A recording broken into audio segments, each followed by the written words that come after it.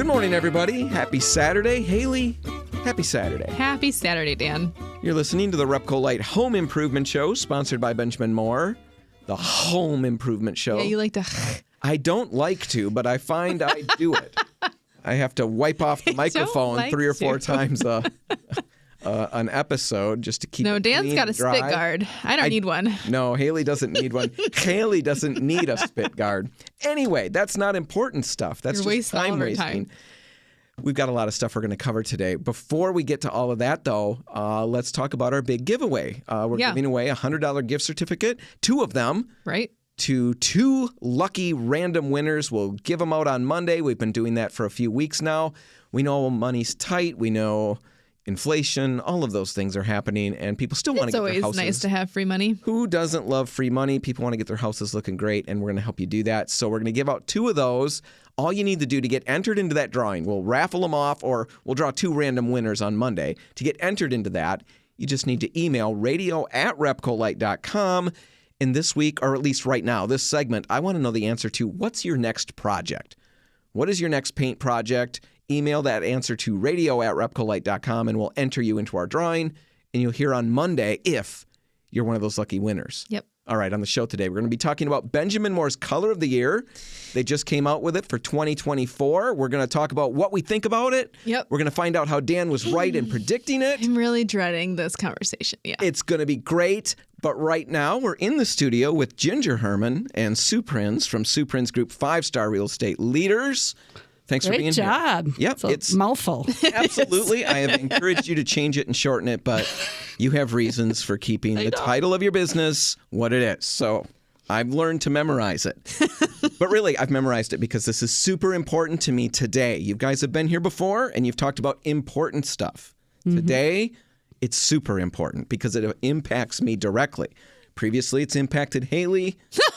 Now, it's my turn. It's all about you right now. Right now, it's actually all about clear. my son, about my kids, and about people that I know who are trying to buy their first house. Haley, you were in that situation I was in that boat year, a couple years ago. But I'm actually, and that will apply. But the people I'm thinking about haven't amassed as much of a down payment. They're 23 years old, 25 years old, and they're looking for that first house. And I'm trying to help, my kid in particular, and trying to figure out the best thing to do. And I'm in utter panic mode, it feels like, because I'm looking at prices online and, at the different houses, and it's ridiculous. And you find something that's it's an unreasonable price. I mean, it blows my mind at the price. And then I look at the pictures, and wow, it doesn't even have floors, and the cabinets are hanging on the wall, and it's $200,000. And how is he going to do it? Well, and he's so lackadaisical right now he just thinks it's going to happen. He's just very calm, cool, and collected. And I'm the opposite. I'm running in circles on the yard, just freaking out. And I wanted to get answers. I know there are a lot of people out there in this boat. I've talked to a bunch of them in preparation for this segment. I'm very excited to figure out what do we need to do. I've talked to people who've literally said, I've just quit looking. There's no point. I don't know how I'm ever going to get a house. I'm going to live in mom's basement forever. Forever. And you're hoping not. Nobody wants that. So if you're in this boat, you're talking to people who are in this boat, or maybe they've got grandkids in this boat. What do they need to do? What are the steps, if there are any? Mm-hmm. How do you get this process going? What's the right way to do it? There are steps. And it's funny, but just yesterday I was talking with a preferred lender of ours, Josh Narat. He's with Northern Mortgage. Want to give him a quick shout out. Shout out to Josh. Yeah, shout out to Josh. But anyways, I said, Josh, I'm going to be talking about this. And I feel like I know what the first step would be for a first-time home buyer, and that would be to get pre-approved, right? When we get calls from buyers, oftentimes they've already found a house. Sure. They don't know whether they can afford it or not. They're looking on Zillow. They see something they like, and they're like, let's go see it. Right. Yeah. And can we see it right now? Right. In the next 10 minutes. So, from our perspective, we'd love to have the baby diapered and fed and ready to go before we walk them down that trail to home ownership. Ducks in a row. Yeah, before you go and look at the first house. Yeah. So for us, that's like, have you been pre-approved?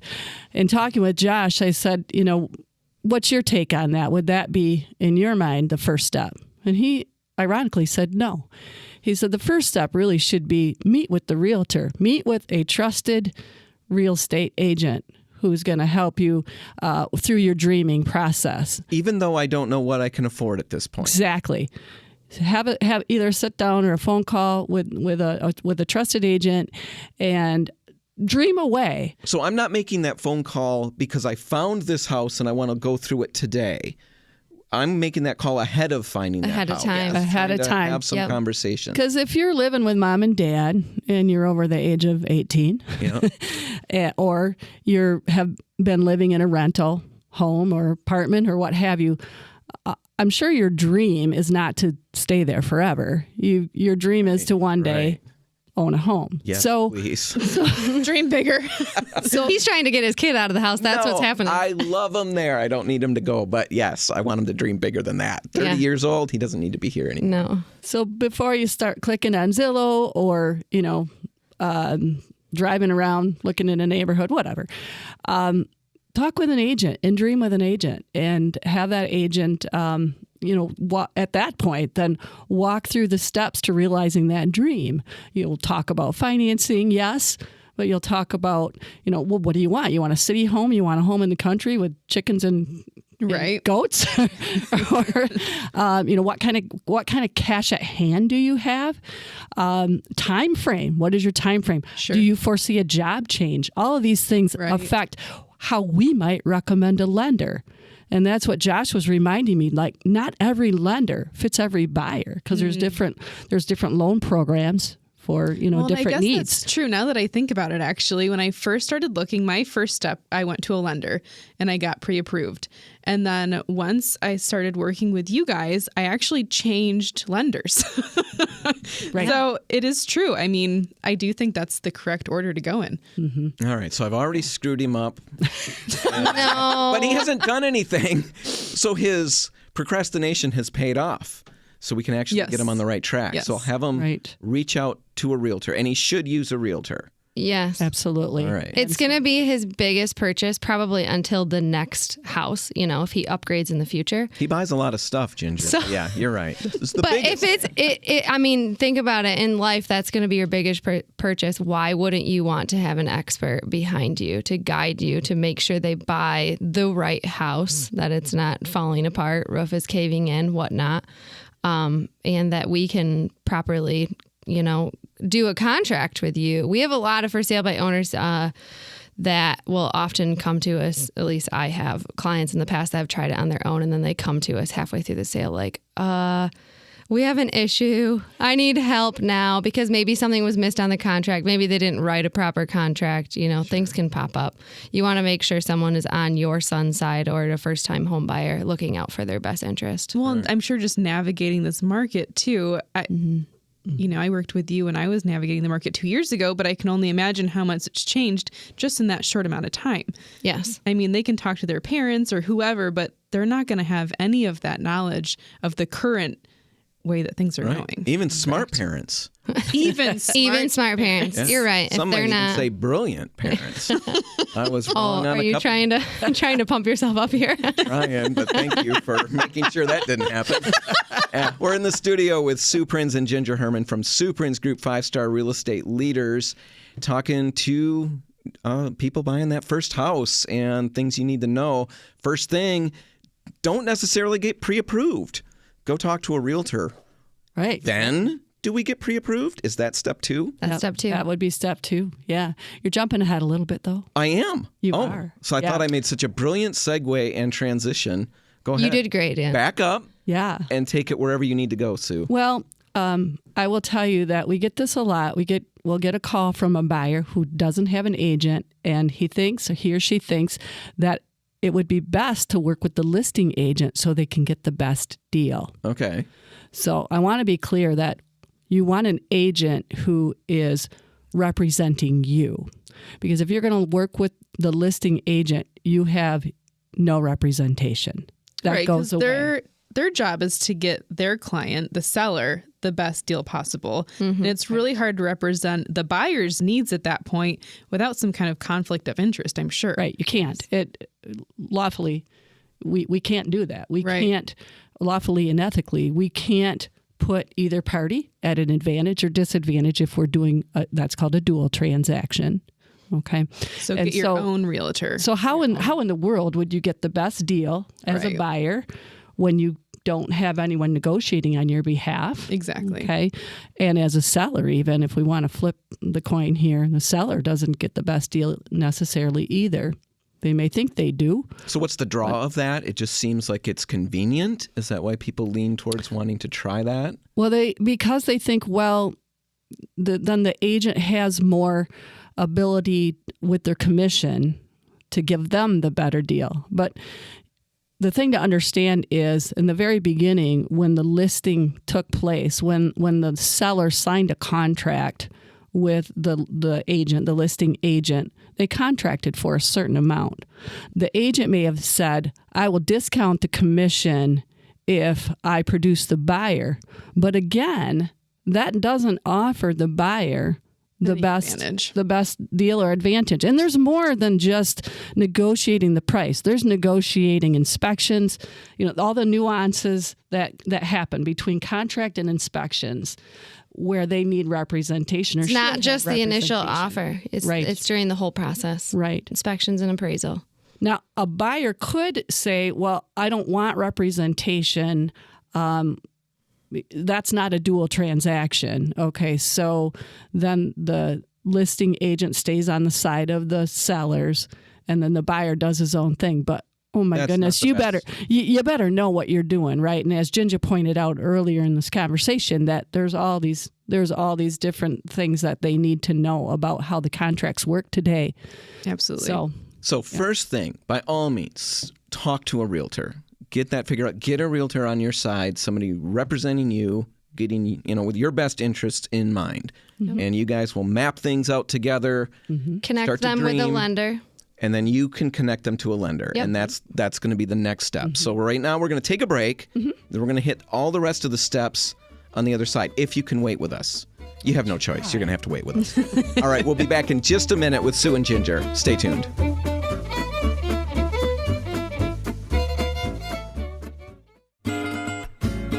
And we're back. You're listening to the RepcoLite Home Improvement Show, sponsored by Benjamin Moore. Haley and I are in the studio with Sue Prins and Ginger Herman from Sue Prins Group, 5-star real estate leaders. So dramatic. You should be a swimmer, Dan. I should be. No, there's reasons I can't be, but we're not going to go into those. Nope, none of that. Anyway, we're talking to people buying that first house or people who know people who need to buy that first house. The market is pretty crazy. It's been crazy for quite a while, and my son's in this boat, and I'm trying to help him figure this out and looking at the prospects. It just feels like an impossible mission. Sure. And he's not Tom Cruise. I knew you were going to go there. Bummer. Poor Caleb. He's almost Tom Cruise, but not quite. Anyway, I don't know how he's going to do it. I don't know how other people are going to do it, how kids do it these days. So we brought you here to talk about that. First segment, we talked about the very first step. If you're in this boat, your kids are, your grandkids are, get them to consult and talk with a realtor and start the process. That's where it starts. You don't start with getting your lender and all of that. Actually, talk to the realtor, start the dreaming process, get some information. The next step is seeking out that lender, right? And getting pre-approval. What does that look like? I'm going to first start off and bust a myth. Is that the right way of saying that? Mythbusters. Mythbusters. People often come to us thinking they need 20% down payment, and they already will just not call a realtor and not look for a house because they're saving up. I'm here to tell you, you don't need 20% down. Nope, okay. So if someone is out there thinking, well, I have to wait till next year, nope, call us. We're going to talk to you about it. You can talk to a lender. There are 3%, 5%. There's so many different programs out there. There are even programs out there that will assist you with a zero down payment. So talk to us about that. We will consult you a little bit on, the funds that you might need to closing, but then a lender's for sure going to go over that. Mm-hmm. And that helps them find the right lender too. If you kind of assess first how much they're potentially coming in with, right? Yeah. Because the different loan programs that we're going to send to probably a different, preferred lenders that we work with. Some of them specialize in different programs. Perfect. Yeah. So don't need 20% down. Once you do go to a lender, often people will shop for rates. That is totally fine. We often encourage people to shop for rates, but you need to be shopping for rates and closing costs. So each lender is going to have their own specific closing costs. Some institutes out there will, provide marketing for a super low interest rate, and they're like, oh yeah, I'm going to them.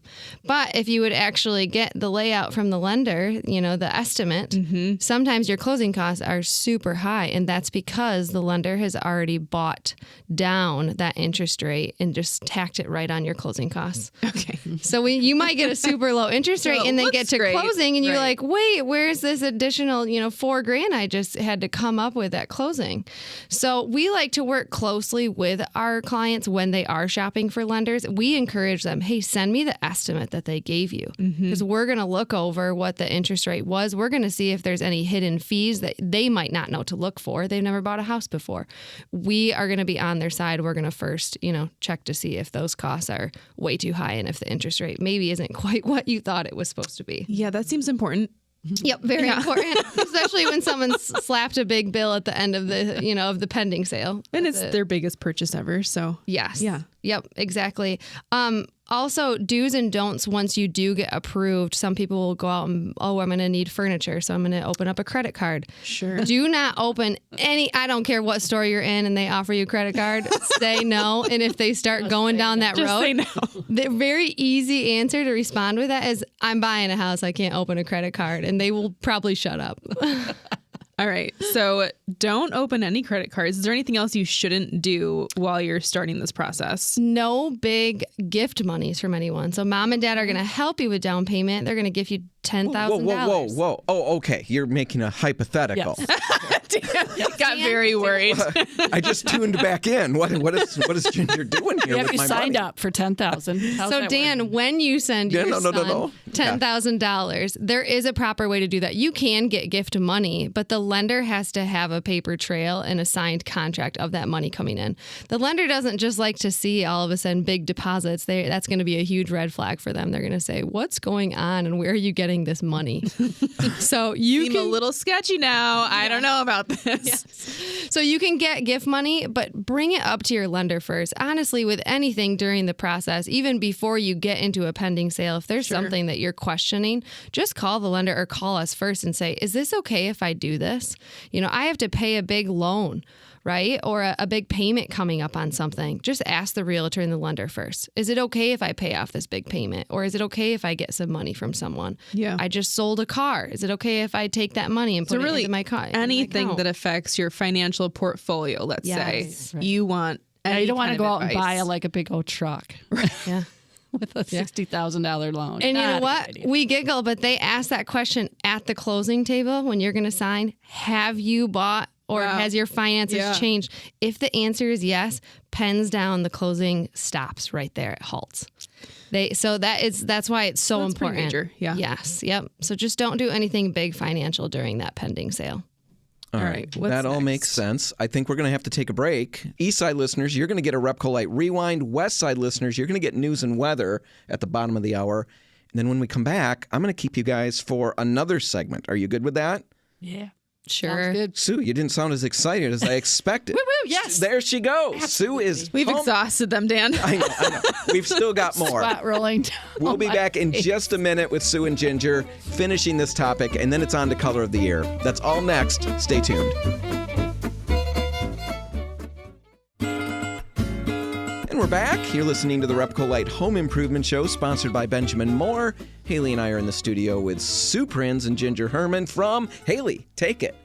Sue Prins, 5-star Realestate. Sue Prins Group, 5-star real estate. I knew there was a word. Yeah. Haley did not. I was focused on the leaders part. Yeah. Couldn't get there. That's all right. You're an amateur. You're still working on it. I wasn't prepared. I know. Had I been prepared, I know. You put it right on the spot. I did. Light came down on her. She just got blinded by the light. It's my way, and it made me feel really good. Anyway, Sue Prins, Ginger Herman, we're talking about what we need to do if we're in that situation where we're buying our first house. It's a huge purchase, biggest purchase, hopefully, we've made to this date.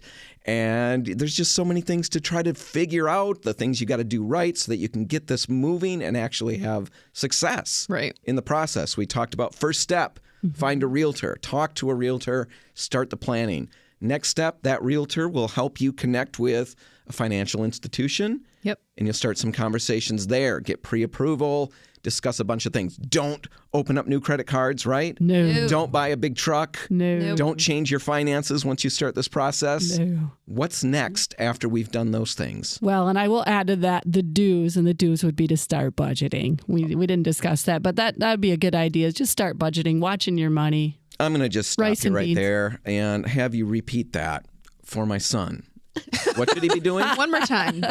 Rice and beans, beans and rice. He Robin started noodles that if you're budgeting thing, and he's of that doing era. really well with that. But yeah, that was a big shift in the beginning to go from, hey, I've got money, Yeah. to boy, I'm going to have to really clamp saving. down. So really start that saving process. You know, you've dreamt, right? You've got your dreams. So start budgeting for those dreams. And guess what? That house usually doesn't come with furniture and, you know, the Lot stuff of that big you need to stuff put in your coming up. fridge. And Oh, I know. it doesn't pay your bills, your utility bills in the mortgage. So all of that money, start saving for that with that in mind. Yes. And then after we've got that part figured out, when do we get to looking at houses? Yeah, That's gotta that would be soon. step 3. That's a fun part, right? Starts to get fun, yeah. So Starts to get fun and sad, I feel like. So if you did step number 1 and you met with your real estate agent, your trusted advisor, now you have discussed what it is that you're dreaming about, right? So the agent will have hopefully set you up on an auto search, which is what we do. And then that way we don't miss those homes that are coming up new on the market. And that will go directly to your son's email. Okay. And so they can see, okay, these are the homes that I can afford. These are the homes that he knows now he's pre-approved for, and that hopefully will meet, check a lot of the boxes. And just a quick jump in on that search. It is real time. So the searches that the website that we use, it's real time. So as soon as another realtor lists a house on the market, they click submit. Both your son and us would get that listing same time. Okay.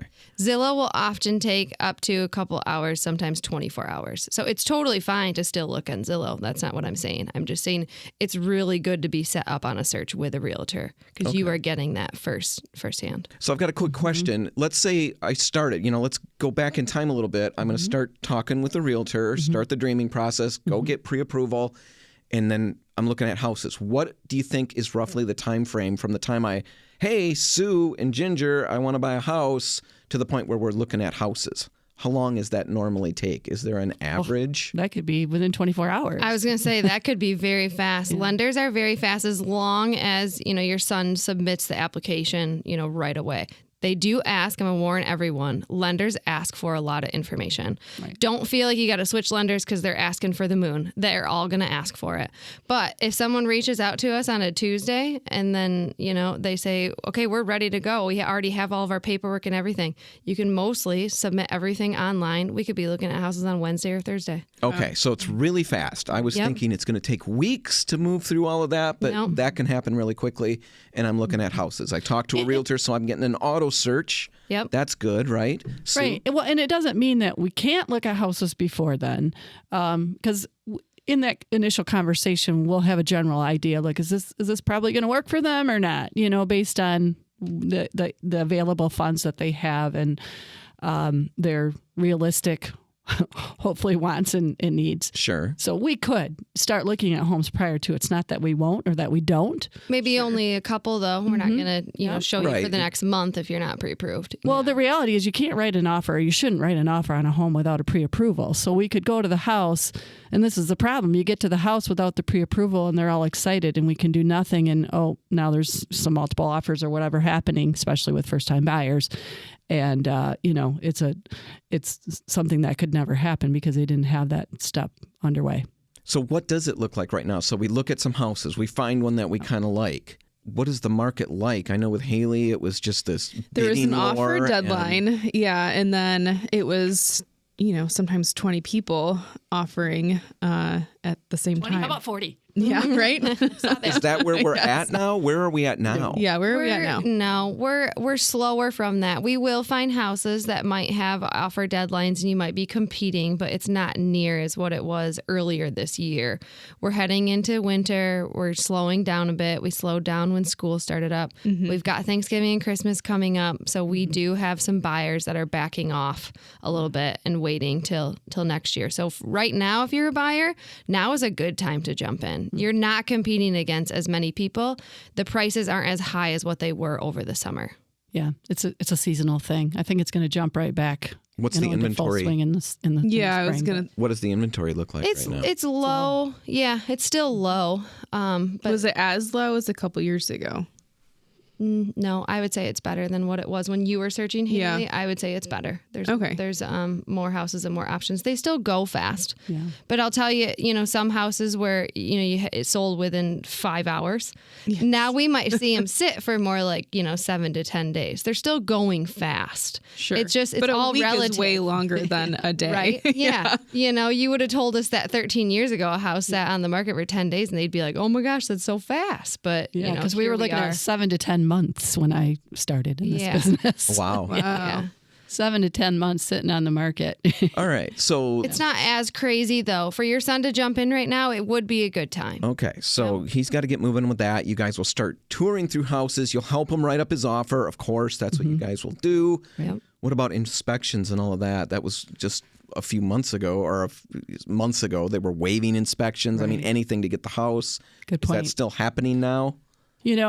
It depends, because if there are no offers on the table, then we would automatically write in inspections or encourage our buyer to write in inspections. If there's multiple offers, then we have to have that conversation with the buyer. We always encourage inspections. Let me say that Absolutely. out loud here. We never want to say don't get inspections. That's not our MO. However, in a multiple offer situation, when there might be other offers on the table that have waived inspections, now you can see that really may put you at a disadvantage if all other things were equal. So there is a way around that. We typically will encourage the buyer to get pre-offer inspections, and we can help them through that. Also, Ginger and I are pretty experienced as we look through homes. We have the background from my husband, Ginger's father, of home construction, and we've been in it a lot of years, and he has taught us well with what things to look for, what things that might be deferred maintenance for the buyer. Yeah. So those are things that we do talk about. Probably Ginger did that with you, Haley. Absolutely. I think that's probably what we did the most of yes. when we were in each house. It was less about, okay, do I like this room, or where is the furniture going to go? It was more about, okay, what is that ceiling doing over there? Let's look at the roof. Oh, the siding, it's got those little spots on it. That means that it was insulated at some point. Those were the things that we were looking at together. I went through Honestly, the cupboards. That's what I was doing. Are there mice? Yeah. Well, just seeing if they had good dishes and stuff. for Haley, it was probably Ginger just walking through every house and bashing it. Probably what it was. I know we walk that fine line. I always tell my buyers when I start, like, okay, I don't mean to be negative. I don't mean to be bashing this house, but I'm going to educate you as we walk Absolutely. through with some things that we might want to be concerned about if we're going to write an offer, or maybe run. Exactly. Run as fast as we can. And I think we're So right back to valuable. why you want your own realtor, somebody Right. who's got your interests at heart to help you find these things. Yeah. So step 3 was let's see some houses. Let's look at houses. Is there a step 4? Well, 4 would be if you found the house and we're going to write an offer. And I think people don't know how that process is either. I'm going to just do a very simple overview. How it would go would be we would sit down and write the offer. Mm-hmm. We would submit it. If it gets accepted, you have an opportunity to do inspections.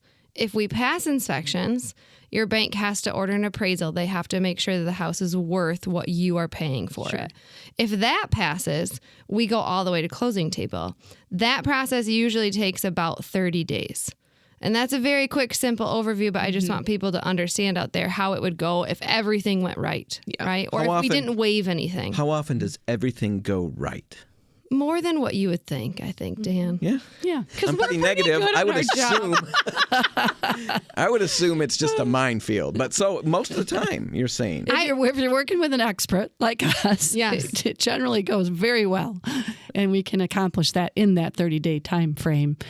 But boy, if you got a FSBO, for sale by owner, FSBO, or if you've got a buyer who's unrepresented, that's when we see the messes oftentimes. Okay. And I'll tell you, working with us, there's going to be messes throughout the entire transaction, but I don't always share those messes with my client. Meaning, fix them behind I'm the going to scenes. fix them behind the scenes. I don't want them to worry. Our goal for our buyers is to not worry the entire transaction.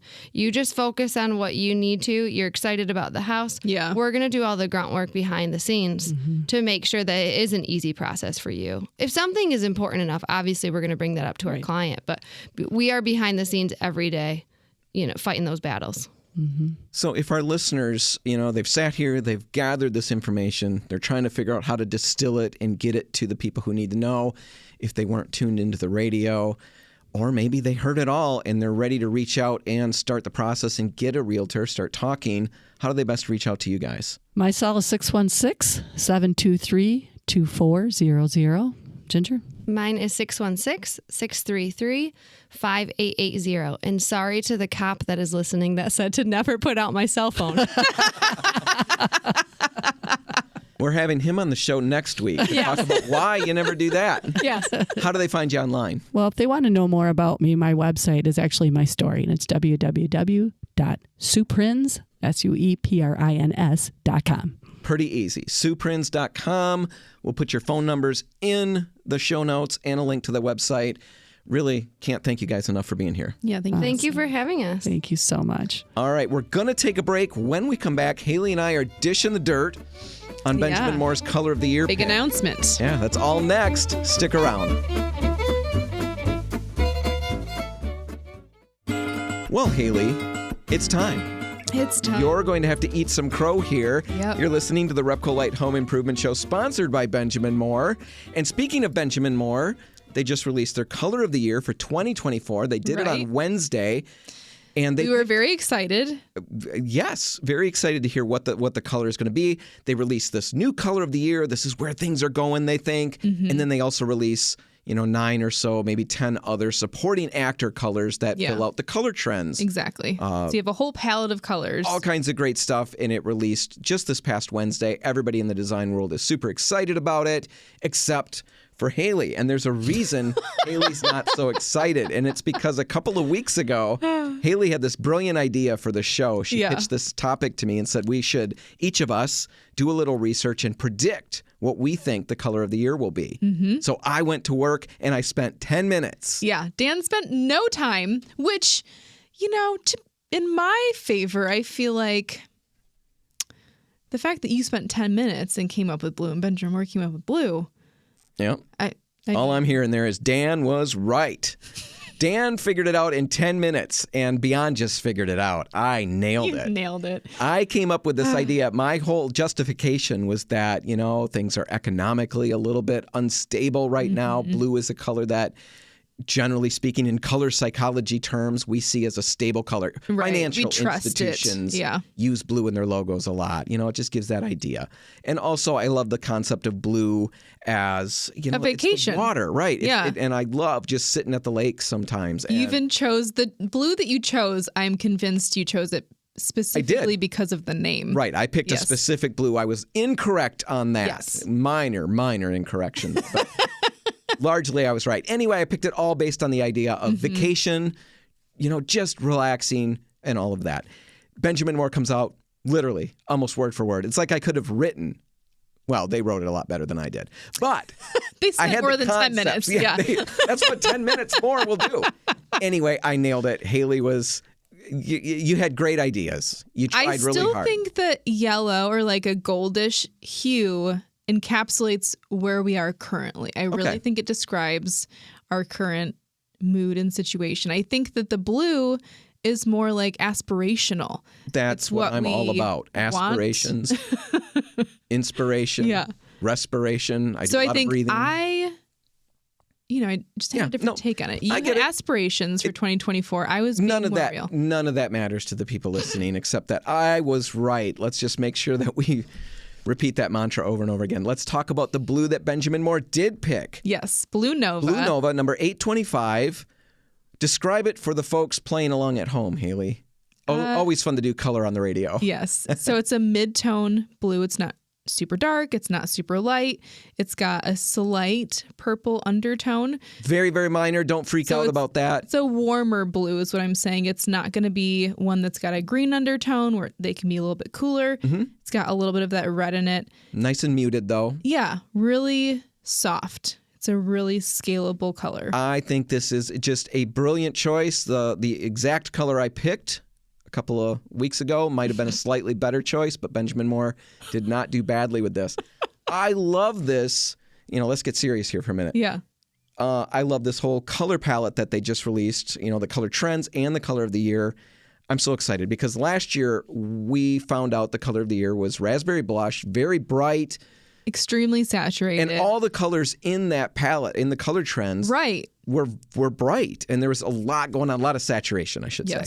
And it was very tough for me to wrap my brain around where I'd use any of these things. Right. It was a very for any length of time. Conceptual color palette. It was not very practical. And I think a lot of people struggled with it. Some people embraced those bright colors and were really excited to have something different. Mm-hmm. But I think the majority of us looked at these color palettes for very practical advice. This is a color that I can take to my living room and very easily put on my walls, and it's going to work. And then feel like I'm on trend, or at least I'm not, stuck in the past somewhere, mm-hmm. and I can maybe take a few of these colors and put them together and feel like I have something. And we didn't have that last year. No. It was all over the place, a lot of interest, but practically speaking, I did not like that, and it was very tough to talk about it in an excited manner. Right. I'm excited about this because I can see using all of these colors potentially in my house. Yeah, I think they go together really well. You've got a nice color scheme that you could work with. Very muted in the sense, and very natural. Well, they're timeless organic colors. Yeah, they've really got a good depth to them. They're nice and muted. They've got the right amount of gray. And they've still got a little bit of interest. Like, this isn't your standard blue.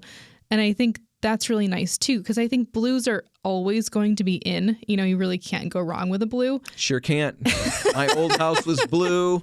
That's why I picked blue for color of the year. You can't go wrong with blue. You can't go wrong with blue. And then pairing it with some of the whites, or the white in this Color Trends brochure, really, really brilliant. Yeah, no, it's easy to work with. And like I said, I think there's still a level of interest here where it is different enough. There's some interest. There's a story there still. But it's not over the top. Well, I think one of the things that they talk about in their literature, and sometimes the verbiage on the literature is a little out there for me. It's a little flowery. Sure, yeah. But they do make the case that this is like a blending modern and traditional. Mm-hmm. Blue's got that traditional feel, and yet this is a slightly modern version of that, perhaps. Totally. So a lot you can do with this blue. I think it's got a lot of places it can go. I'm excited to talk about it. Yeah, the rest of the palette is great too. We've got, some like a rusty kind of a terracotta-y color. Exactly. Like the color's name is topaz. You've also got what Dan would call a Band-Aid color, kind of a nice rose. Yep. Polar sky, which is kind of a greenier, lighter blue. Mm-hmm. You've got some looks like a polar sky, I would say, right? Brilliant. You've got some nice greens too. And you do have a really nice gold that's super soft. It's one of the CSP colors, and we'll talk about all of those more in upcoming segments. We're going to dig into this a lot more deeply as the year unfolds, as the month unfolds. Got a lot of stuff we'll be doing on social media, on Facebook, Instagram. Yep. Talking about where you might want to use some of these colors. Right. There's a lot of value here. A lot of stuff to look for. We just wanted to get that color of the year out there, and primarily we wanted to just toot Dan's horn. Yep. Dan was right. Woo, woo, take it to the bank. All right, that's all the time we got. We're going to have to wrap it up, but we do want to get that question out there for anybody who wants to enter our drawing for one of two $100 gift certificates. Right. And the question for this part... What do you think of 2024's Color of the Year, Blue Nova? Yeah, email that answer to radio@repcolite.com. We'll get you entered into our drawing, and we'll pull winners on Monday. All right, whatever you do today, make sure paint's a part of it. The RepcoLite stores are all open, waiting to help. I'm Dan Hansen. I'm Haley Johnson. Thanks for listening. That's